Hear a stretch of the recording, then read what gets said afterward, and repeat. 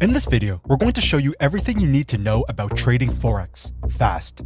Forex affects every aspect of your daily life, from buying your morning coffee, to refueling your car, to going on holiday. This is all made possible through the process of Forex in motion.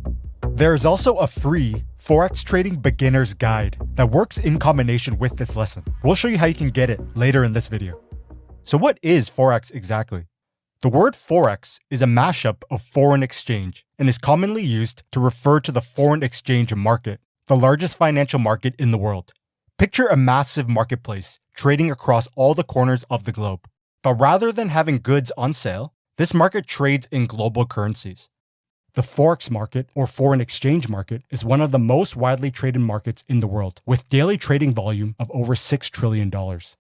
Unlike the stock market, the Forex market is open 24 hours a day, from 5 p.m. Sunday to 5 p.m. Friday, Eastern Time. So you might be wondering, where exactly is the Forex market based? Well, it's actually everywhere. Forex is a decentralized market with no single central authority or exchange that governs it all. Instead, it is made up of a network of banks, brokers, dealers, and even governments who trade currency with each other. Also, make sure to hit the like button, as it allows for our team to continue to produce more free content on YouTube. Let's now go through some of the key concepts you must know. Currency abbreviations. Each currency is represented by a 3-letter code called an ISO code. Here are some of the main currencies traded. USD is the US dollar, also known as simply the dollar. AUD is the Australian dollar, also known as the Aussie. NZD is the New Zealand dollar, also known as the Kiwi. EUR is the euro. CAD is the Canadian dollar, also known as the CAD. GBP is the British pound, also known as simply the pound. JPY is the Japanese yen, also known as simply the yen. CHF is the Swiss franc, also known as simply the Swiss. What is a currency pair? In Forex, currencies are traded in pairs, because when you trade Forex, you are buying one currency while selling another at the same time. Let's look at the pound-dollar currency pair, for example. The first currency in a pair is the base currency, and the second currency is the quote currency. Let's say you get a quote of pound-dollar as 1.2655. This means for every 1 pound, you get 1.2655 of US dollars. There is always an invisible 1 beside the base currency on the left. So here's what happens when you actually trade currency pairs. When you buy a currency pair like the pound dollar, or when you go long on the pound dollar, you're expecting the pound to appreciate while the dollar depreciates. When you sell a currency pair like the pound dollar, or when you go short on the pound dollar, you're expecting the pound to depreciate while the dollar appreciates. Major currency pairs. These are the major currency pairs, which all include the US dollar, as the US is the world's largest economy. Starting out, we recommend sticking to trading major currency pairs, as they are the most liquid, meaning you can get in and out of positions easily and fast, and with tighter bid-ask spreads. What is a pip? In the land of Forex, exchange rate changes are measured in pips. A pip stands for a percentage in point or a price interest point. This is a standardized measurement for the smallest whole unit price move that an exchange rate can make. If the Australian dollar is sitting at 0.6751 and its value gained by 1 pip, it would move to 0.6752. Most currencies are written to the 4th decimal place, with the 4th decimal place representing 1 pip. However, some exceptions buck this trend, such as with the yen-crossed pairs. The Japanese yen is often quoted to 2 decimal places. So a 1 pip gain would be 146.22, rising to 146.23. There's also a pipette, which is a fractional pip that is 1/10 of a pip and is represented by the 5th decimal place. Before we continue, we want to hear from you. Tell us in the comments below right now what video topics we should cover next. As always, please hit the like button, as it allows for our team to continue to produce more free videos on YouTube. Lot sizes. In Forex, positions are usually measured in lot sizes. A standard lot represents 100,000 units of the base currency. A mini lot is a tenth the size of a standard lot and represents 10,000 units of the base currency. A micro lot is 1,000 units of the base currency.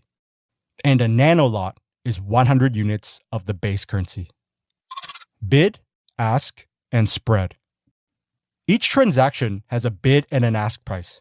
These two prices form the basis for trading on the Forex market. When you're looking to buy an asset on the Forex market, you will pay the ask price for the base currency. When you're looking to sell an asset on the Forex market, you will sell at the bid price. The difference between the bid and ask price is called the spread. In essence, the bid-ask spread is the difference between the price a dealer will buy a currency and what they will sell it for. The spread covers the dealer's profit and the cost of the transaction. It is essentially the cost you pay to enter the market. It's important to note that different brokers can offer different spreads, or they may offer variable spreads that can change based on market conditions. Brokers and leverage. You, as an individual retail trader, require a broker to access and trade the Forex market. Brokers provide leverage, which is you using borrowed capital from the broker to trade much larger positions than you otherwise could with the amount of money in your account. Imagine leverage like using a financial lever. With a lever and minimum strength, you can lift heavy loads with less effort.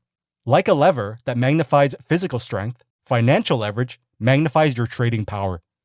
Essentially, leverage turns up the volume on trades. However, with the potential for more profit comes the potential for more loss. It's important to keep in mind that leverage can act as a double-edged sword. Leverage offerings vary from broker to broker and are usually expressed in a ratio, such as 1 to 50, 1 to 100, or 1 to 500. Usually, traders will be required to deposit a margin of the trade to act as collateral for the leveraged position. Liquidity. Visualize a vast global marketplace where many players are trading. Each transaction barely makes a ripple on the surface, like dropping a tiny pebble into the ocean. Because of the market's vast size, people can quickly enter in and out of trades without causing much disruption to the exchange rate. Simply put, a liquid market is a financial market where lots of trades occur, and it's easy for traders to buy and sell. Market volatility. High volatility means prices are changing rapidly and by significant amounts, like a crazy roller coaster ride with sudden drops and steep climbs. Notice the drastic and wide swings of price, which signals high volatility and means that there is more risk for your trades, but also more reward. In times of low volatility, the market is calm, with smaller exchange rate fluctuations and price changes. Low market volatility is like leisurely riding on a scenic railway. Notice the small swings of price, which signals low volatility and means that there is less risk for your trade, but also less reward. Now, there are many factors that can cause market volatility to increase or decrease. Things like inflation, market demand, foreign policy announcements, political and economic conditions, economic data releases, central bank decisions, natural disasters or crisis, changes in interest rates. With all these factors at play that cause swings in price, speculating on exchange rate fluctuations is one of the most common ways for individuals to make money trading in the Forex market. So how do people make sense of the Forex market? Well, traders can employ a range of trading strategies, one of which is technical analysis. With technical analysis, traders study historical price movements and data in order to identify similar patterns that have the possibility of repeating themselves in the future. The idea here is history loves to repeat itself. Think of technical analysis like a detective hunting down clues to uncover how an individual acted in the past in order to try and predict how they will act again in a similar way in the future. Here are a few simple examples of technical analysis in action. You look at historical price movement and notice price was making higher highs and higher lows, signaling a moving uptrend. So you believe in the future, price will continue to make higher highs and higher lows. So you want to look for long trades to trade with the moving uptrend.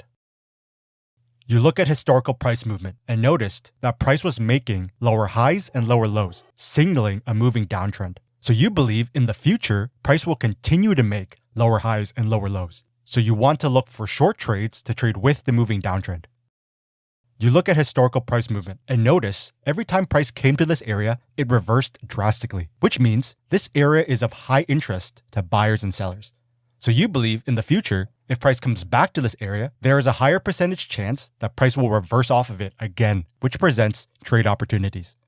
You look at historical price movement and notice that every time price touched this trend line, it bounced off of it. So you believe in the future, if price comes back to this trend line, it'll bounce off of it again, which presents trade opportunities.